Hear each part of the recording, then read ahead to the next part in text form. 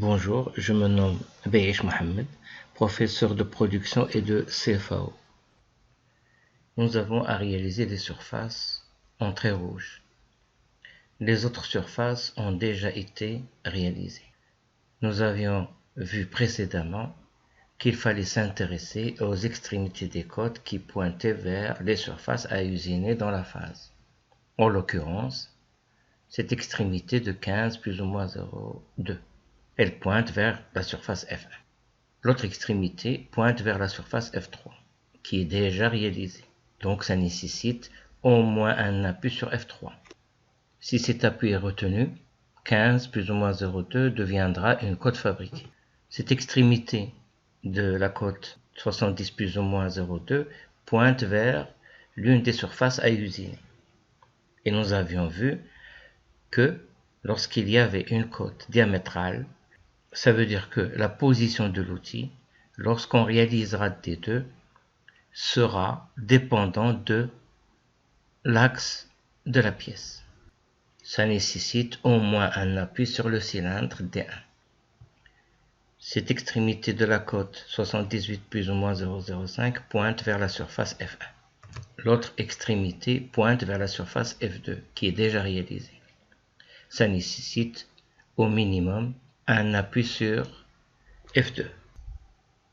On va s'intéresser maintenant aux spécifications géométriques. Il y en a une seule.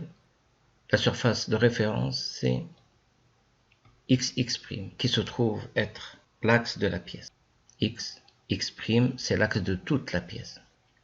Et nous avons F1 qui est une surface référencée. Ça veut dire quoi? Ça veut dire qu'il faut mettre au moins un appui sur XX' pour respecter la perpendicularité. Toute spécification géométrique qui ressemble à celle-ci, où il y a une surface de référence à droite de l'intervalle de tolérance et où il y a une surface référencée à gauche.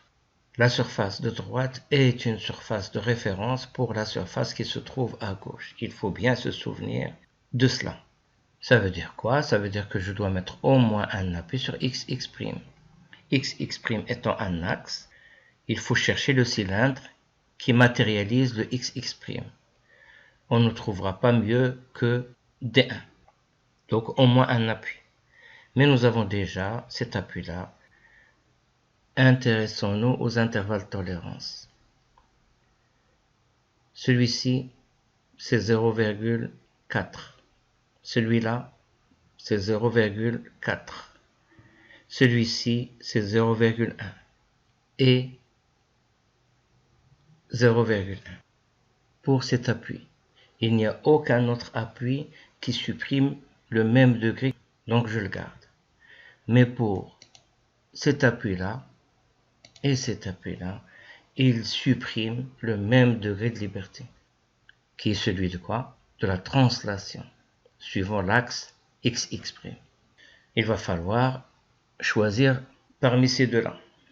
Et comme on avait vu, il faut regarder l'intervalle de tolérance le plus précis. Ici, nous avons 0,4 et ici, nous avons 0,1. Il n'y a pas lieu de s'attarder, bien sûr. Je garde celui-ci, étant donné qu'il a l'intervalle le plus précis. Et je supprime celui-ci, étant donné qu'il a l'intervalle le plus large. Donc cet intervalle n'est plus intéressant pour cette mise en position. Maintenant, il faut faire un choix entre la surface D1 et la surface F2, laquelle va recevoir le maximum d'appui. Il va falloir encore une fois voir les intervalles de tolérance. Nous avons ici un intervalle de tolérance 0,4 pour cet appui ici. Nous avons aussi 0,1. Donc là, la balance penche du côté de cet appui-là, qui est sur F2. Mais nous avons un autre intervalle de tolérance ici,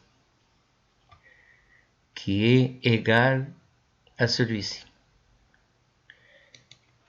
Maintenant, il faut se poser la question, lequel des deux va m'assurer le plus de stabilité? Est-ce celui sur F2 ou bien est-ce celui sur D1? j'ai le choix entre un centrage long sur D1 et un appui plan sur F2.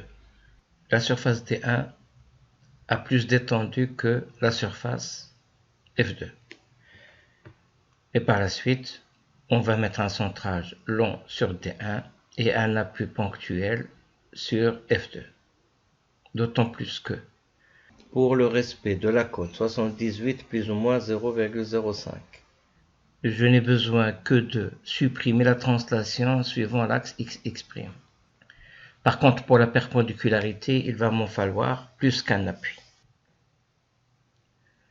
Nous avons maintenant les appuis. Centrage long, 1, 2, 3, 4. Et un appui ponctuel. Nous savons que la rotation autour de l'axe de la pièce ne peut pas être supprimée. Donc ici, RZ est égal à 0. Nous allons maintenant nous intéresser aux translations. La translation suivant X peut être supprimée ou bien par 1 ou bien par 2. Je choisis de la supprimer par l'intermédiaire de l'appui 1. Translation suivant Z. Lorsque la pièce se déplace, il y a l'appui 5 qui supprime cette translation. TZ5. Si la pièce se déplace perpendiculairement à l'écran. Bien sûr, c'est suivant l'axe Y. Et suivant l'axe Y, ou bien c'est 3 ou bien c'est 4 qui supprime cette translation. Dans cette vue, pour raisonner au niveau de la rotation X, c'est un peu difficile.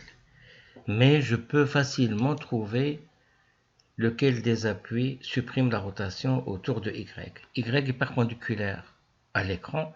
Si la pièce tourne dans ce sens-là ou bien dans l'autre sens, il y a ou bien 1 ou bien 2 qui va s'opposer à cette rotation.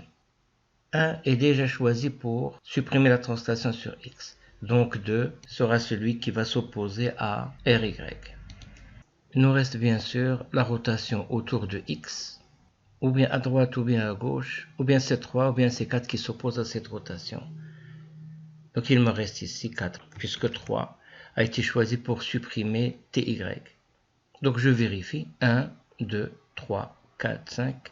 Une petite remarque, le centrage long. Lorsque je choisis par exemple de mettre un centrage long sur un cylindre, il faut tout le temps comparer la longueur au diamètre. Il faut que la longueur du diamètre soit supérieure ou égale à 1,5 fois ce diamètre. Il y a surabondance de la cotation. Pourquoi? Parce que 78 moins 60 moins 3, ça donne 15. Donc il faut ou bien supprimer 15 ou bien supprimer 60. J'ai mis 60 pour quelle raison? Tout simplement pour que vous puissiez comparer la longueur au diamètre. Maintenant, la cote 15, faut-il la prendre pour cote fabriquée ou non? Bien sûr que non, puisque il n'y a pas d'appui sur la surface F3. Pendant le contrôle final, faut-il la contrôler ou non? Obligatoirement. Pourquoi? Parce que le dessin de définition, c'est un cahier de charge. Le client nous impose le dessin de définition. Donc le client, qu'est-ce qu'il va contrôler lui? Il va contrôler les cotes du dessin de définition. Il ne va pas se préoccuper de la façon qui nous a conduit à réaliser la pièce. Je répète, le client, lui, lorsqu'il va prendre sa pièce, il va contrôler la pièce suivant le dessin de définition, pas suivant le dessin de fabrication. Maintenant, revenons au code fabriqué. 15 n'est pas une cote fabriquée puisqu'on ne la prend pas en considération lors de la fabrication. 70 est une cote fabriquée. Rappelez-vous, nous avions dit que si on prenait le diamètre, c'est 2 fois CF lorsqu'il s'agit d'un outil d'enveloppe. Il y a la cote aussi 78. C'est une cote fabriquée. La spécification géométrique est une cote fabriquée. Donc nous avons CF1, 2 fois CF2. Et bien sûr, F1 perpendiculaire, 0,1x'. Nous avons la pièce qui est mise en position.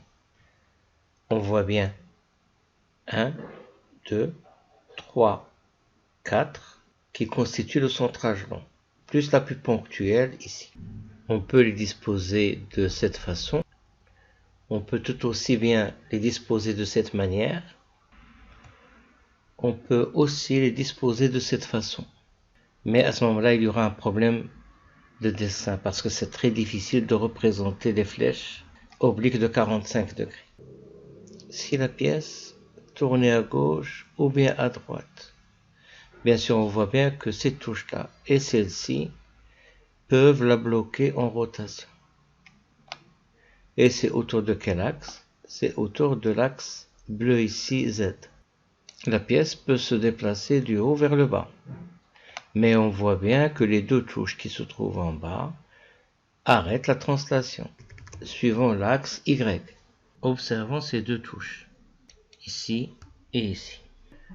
La pièce peut tourner ou bien à gauche ou bien à droite. Dans les deux cas, les rotations sont supprimées.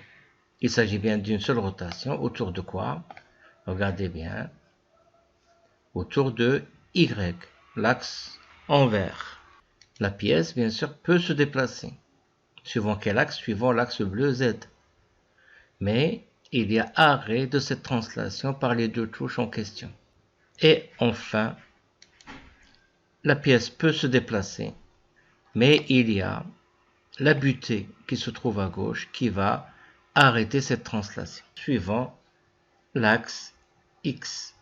Lorsque la pièce va tourner autour de son axe, regardez bien, rien ne l'arrête. Regardez, rien, aucun appui ne l'arrête. Regardez bien, la pièce, elle tourne. Rien ne l'arrête. Et par la suite, la rotation autour de quoi?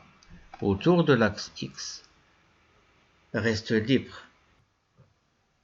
Il y a une petite remarque qui doit s'incruster dans vos têtes. S'incruster يعني تلصق.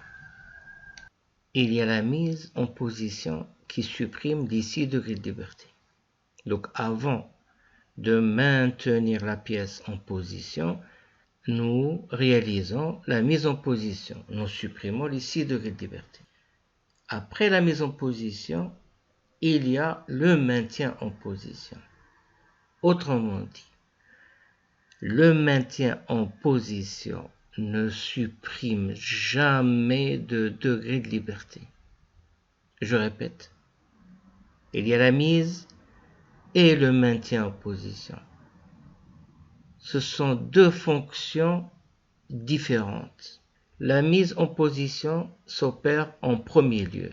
Le maintien en position viendra après avoir supprimé les 6 degrés de liberté. Et par la suite, ce maintien en position ne peut aucunement supprimer de degrés de liberté. Voilà, merci.